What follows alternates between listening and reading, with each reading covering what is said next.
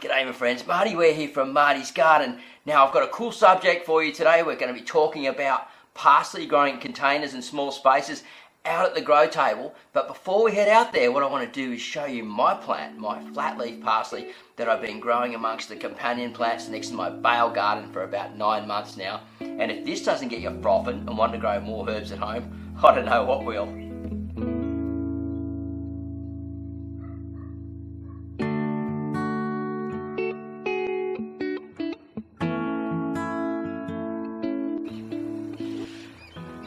So why am I a big advocate of parsley and why am I promoting it here on the grow table? Well, I think it's an awesome beginner's plant and it's a great all-rounder pretty much for everyone because it's just so versatile and easy to grow and super duper good for you. I would put it right up there with one of the health foods. Oh, you know, all those crazy ones that they promote and stuff. If you do your research on parsley, you'll just be blown away and you'll be going, I'm going to grow that too and eat that every day. Now have a look at this planting here that I've got here. This has got thyme, some mint in it together, and I can just come along and harvest some parsley that I need. I can make a mint tea or a mint sauce, and I can use the thyme down here on a rub for some meat or something like that, and I've conserved all that space. But as this plant gets bigger, it will need a larger pot.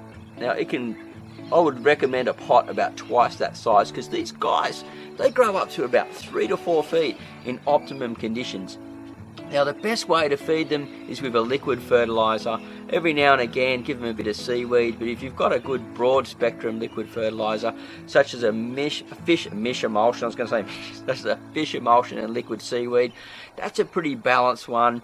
And they really do soak that up and love that extra nitrogen because they need that leaf growth. See, plants that are very leafy need more nitrogen to perform. And also, if you can find something that has like some minerals and things in it, then you're going to consume them as well. And so as the plant grows and you're feeding the plant to your recipes and stuff, you're going to consume those minerals and be much more healthy. Now another plant that I actually picked this up this morning at 7 a.m. I had to run off to Coles to buy some bread and milk and a couple of things because we run out just before I put Karen off to school. This cost me $3. There's half a dozen plants in there. It's just growing in peat moss. Basically they're designed just for people to bring home and just destroy them, cook them and throw them away. And they can use a live plant. But these guys, what I do is I do exactly that, but I cut half off, leave all the nice new growth coming through, and I put a few in the ground and a few into containers. So they're an awesome plant to have around. They don't like the full-on heat, so I recommend that you keep them out of the heavy sun in summer. They like the same temperatures as pretty much we do, and if we're not comfortable, these guys are not comfortable at all.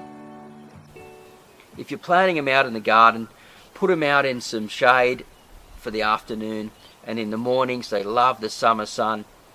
Grow them next to some tomatoes because they'll help the tomatoes. They're a companion for tomatoes. And they're also related to cilantro, believe it or not. And as you can see from this wide leaf,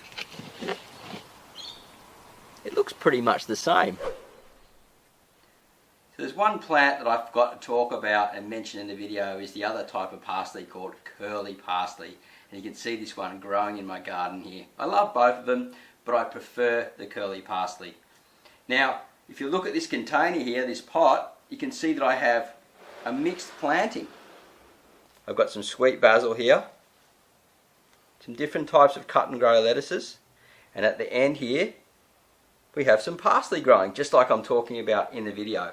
So if you've only got a very small space, this is a great idea to put a mixed planting just out in the sun, and you can come and harvest, get a little bit of basil, a little bit of lettuce, a little bit of parsley, and make up a quick little salad or something to just throw into a stir fry.